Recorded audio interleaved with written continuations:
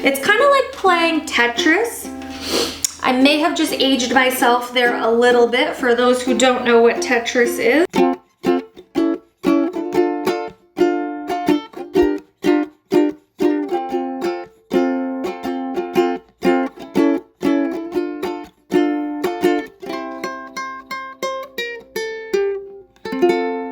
Thank you so much for hitting the watch button on this episode today of The Silly Kitchen.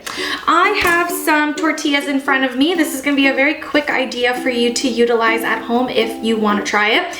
I have these, and the package actually said that they expired, or best before date was yesterday, and I hadn't used them yet, and I didn't throw them in the freezer, and I'm not actually a fan of throwing tortillas in the freezer. I don't know why. I feel like you throw them in there and then you never use them. So I thought I'd give you an idea of what I do with them to keep them lasting a little bit longer. Right now, more than ever, I think wasting food, I know it happens. I know things expire and things go bad or moldy or whatever it is. But like I said, more than ever now, I feel like I'm so much more conscious of that, and I don't want to waste food. So what we're going to do is we're going to make kind of like pita chips or flatbread chips or whatever. I do this with flatbreads that have gone, or if you have pita bread, tortillas. There's lots of options to do it with a few different things. So all I'm gonna do is cut these into some fun shapes. I don't know, I have like 3 or 4 of them here. And I mean, I like little triangles, but if you want to do squares, or you want to just rough them up and cut them in any way that you want, that is totally up to you. But you just want to do all of them similar sizes, but it doesn't really matter. And that's it. A bunch of pieces of your tortilla now that have technically gone bad, but not really, because I mean, it says best before yesterday, but I can feel they haven't hardened, they haven't lost any kind of quality to them. So it's the perfect time to do something with them now, instead of waiting for them to go even further down south. So then you want to have a baking sheet. Go ahead, preheat that oven right now to 425. You want a high temperature, and we're just gonna lay these out on the pan.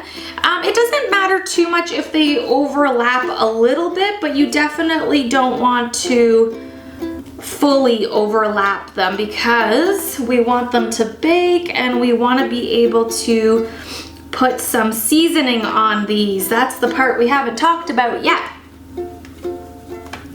So you might need to do a couple batches of this based on how many pita chips I have here. I might have to do 2 or 3 batches, try to squeeze these on here. It's kind of like playing Tetris.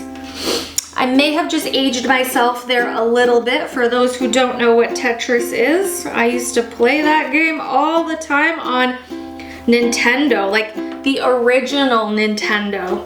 Okay, enough of that. I'm not gonna talk about how old I am.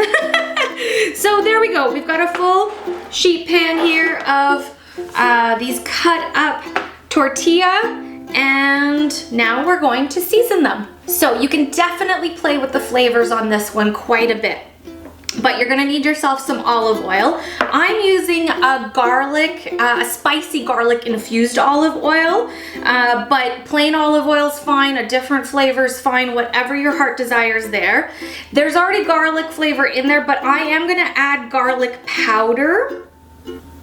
I don't want to use fresh garlic. I don't want to mince it up and chop it up, because I don't want chunks of it. I want it to be able to just kind of spread onto the flatbread here. And then I picked a roasted garlic and veggie type spice as well, and I'm gonna add a bit of that in.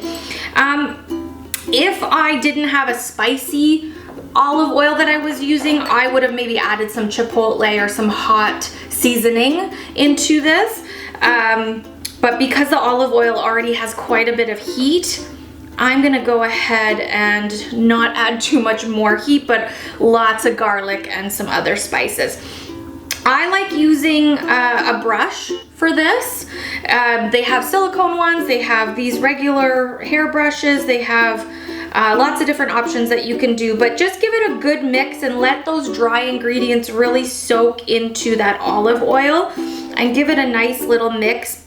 All we're gonna do is paint these beautiful chips.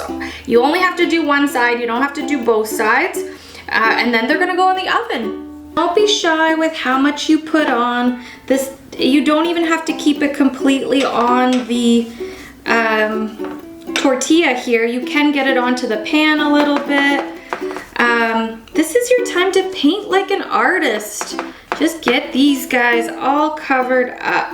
That's it, that's all. They are ready for the oven, 425 degrees, probably about 10 to 12 minutes, but keep watch. These are really thin. Now that we've kind of got all that oil on them, they're gonna heat up really quick and get crispy, so just keep an eye around that 8-minute mark and see if you need a couple more or not, and then we'll be ready to have a little snack.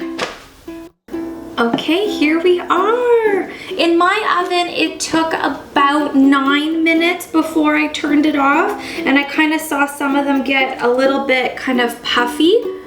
Oh, but they have a perfect crisp on them, some nice color. Straight out of the oven.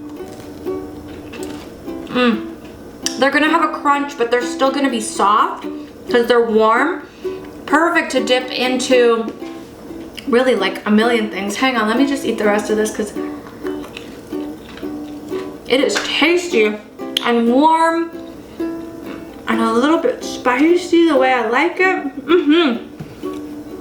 And salty too. Oh, I'm loving it. A little spice kind of keeps you going on the tongue there for a little while. But yeah, you can eat them warm. It's perfect for guacamole, hummus, any kind of dip that you want. If you let them cool down for a couple minutes, what I do is I just put them in a Ziploc bag and put them back in the pantry and kind of eat away as a snack as I want them. It's a great little kind of chip to have with veggies and dip, and make your own little charcuterie board using these. The options are endless.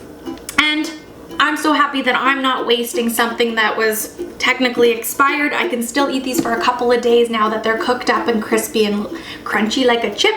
Thank you so much for watching another episode of The Silly Kitchen. I mean, I hope it's another episode. If this is your first one, welcome. And please consider subscribing to the channel and continuing on with all the little tips and tricks and recipes that I will have for you.